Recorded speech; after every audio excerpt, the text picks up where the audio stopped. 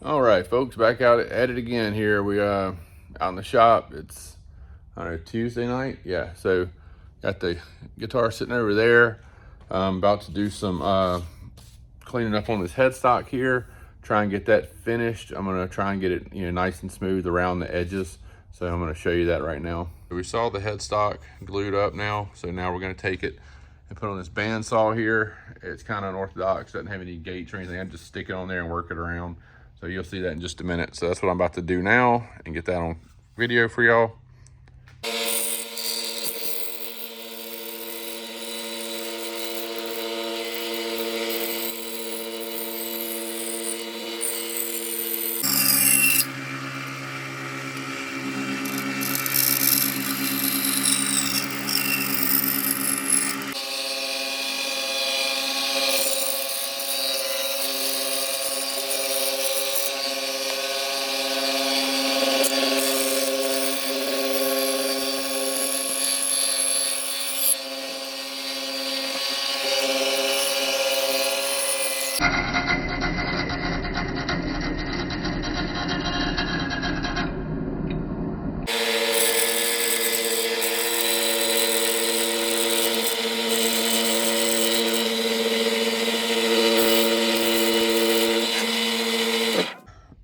All right, so that's what we got.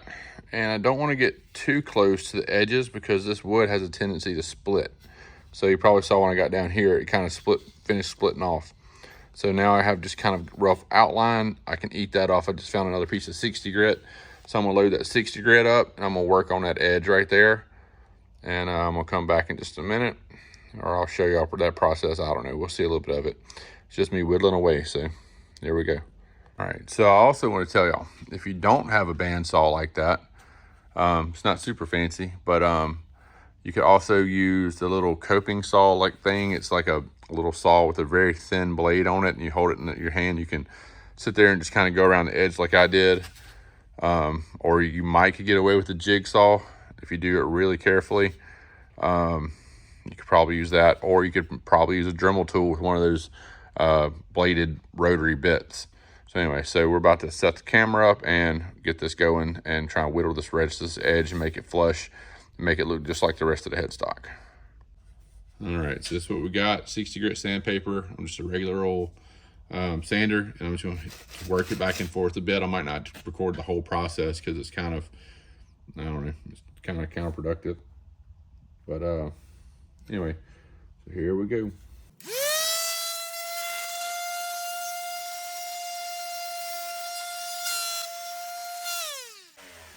Almost forgot, need a mask. So, all right, as you can see if I can get it in the light here. So as you can see, we got the rough cut out. It's all pretty much sanded down. It's got a little edge to it there, but I don't want to put that 60 grit up on here, so I don't want to eat too much of that away. So I'm going to switch to a lighter grit, probably like 100 or 120, whatever I got.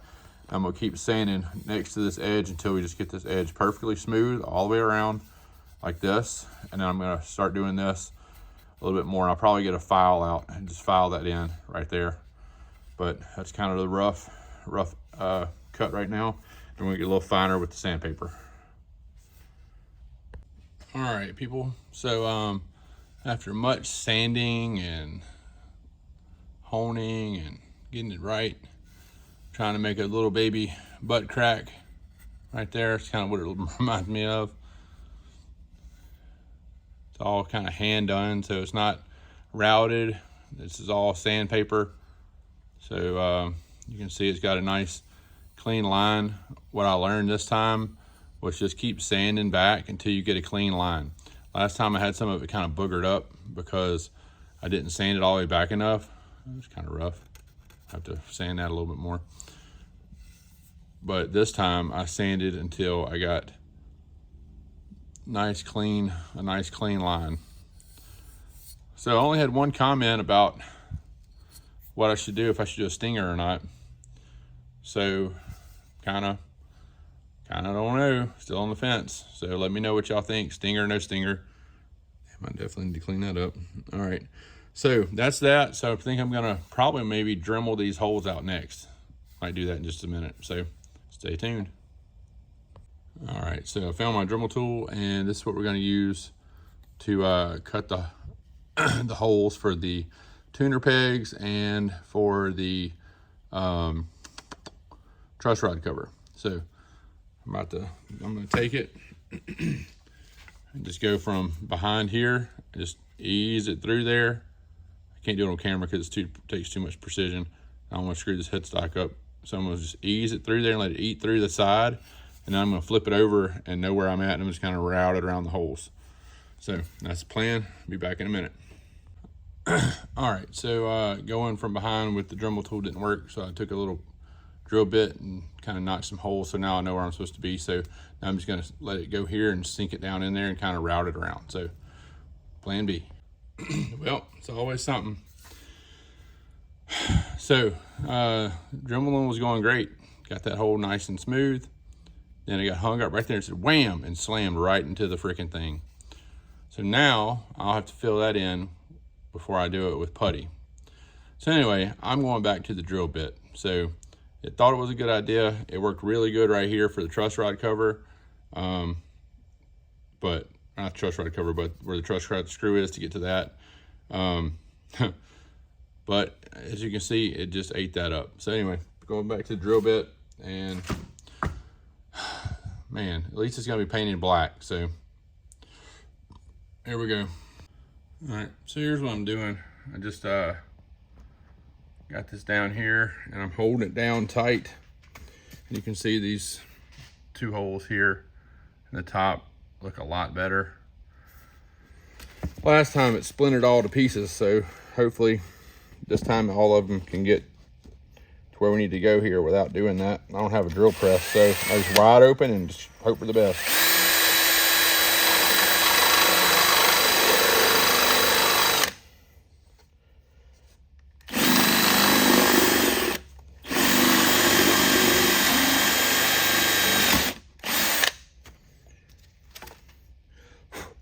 Not too bad. The good thing is washers cover most of this bad stuff up. So if you're not worried about having it perfectly smooth, at the end of the day, the washers are going to cover it up when you put the it's on there, the tuner holes. All right, I think I got one more. See if I can drill this hole without tearing this whole thing up.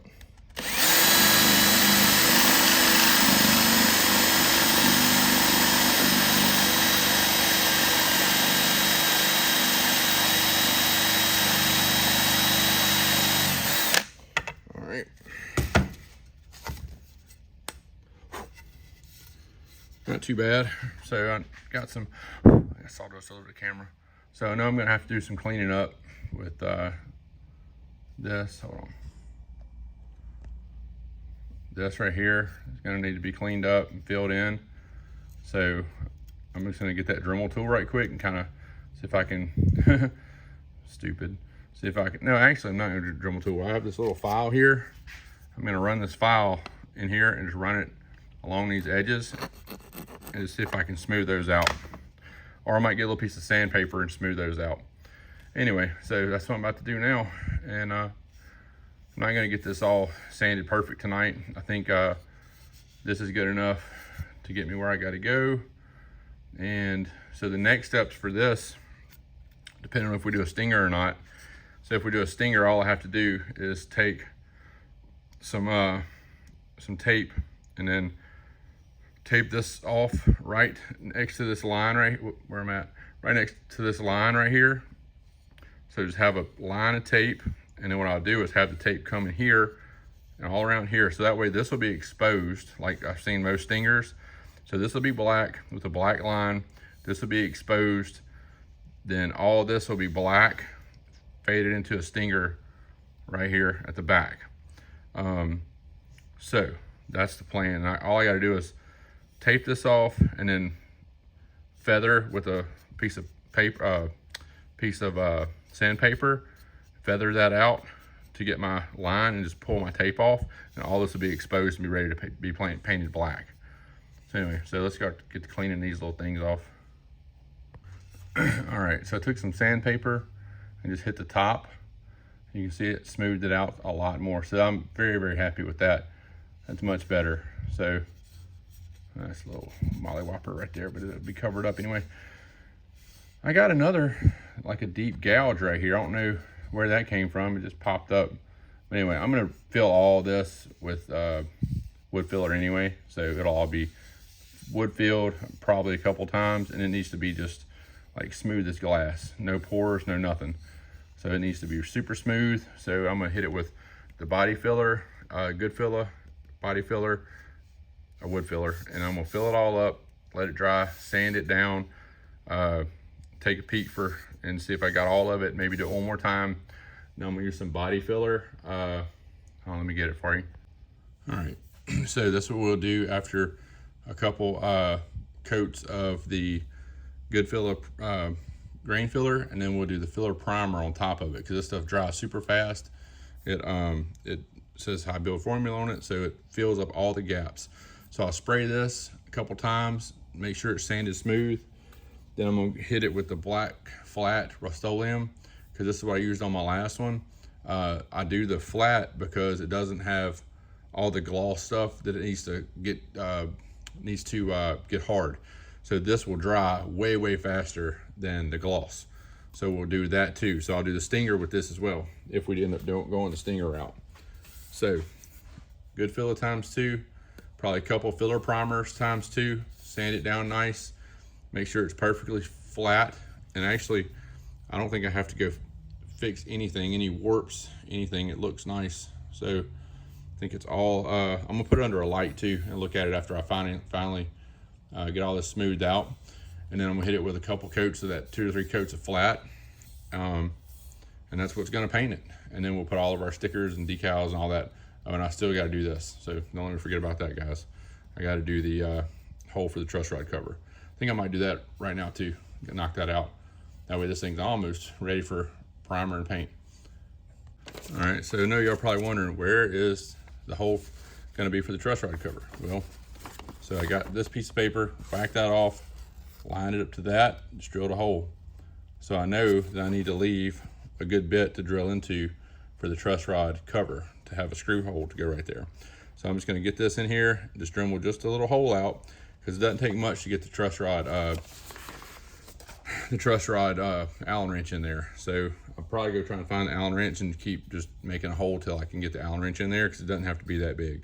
I know the one for Gibson is actually gigantic. It's that big. So we don't need anything that big. We don't need it to be that big, huge hole. So we're gonna do about like not even probably a quarter of that, how big this hole is right there. So, all right, so let's get the Dremel tool back out and see if we can not tear anything up this time. All right, so that's about the size that you need right there. I mean, it's about as big as not even a thumbnail. And your Allen wrench is just gonna fit right in the hole. And you can do all the turning you want right there. Doesn't take much. So that's that easy. So we avoided tearing anything up this time. So one little bitty hole right there. It's way down in there, so that's why it's easy. Since it's so far down in there, it's easy to get that into it. And so there we go. All right, so that's done. These are done. I think we're gonna call it a night. So probably been out here for about an hour or so working on this, at least. It's 10:19, so I've probably been out here for at least an hour and a half. But anyway, I think that looks pretty nice. It's not perfect, but hand sanding.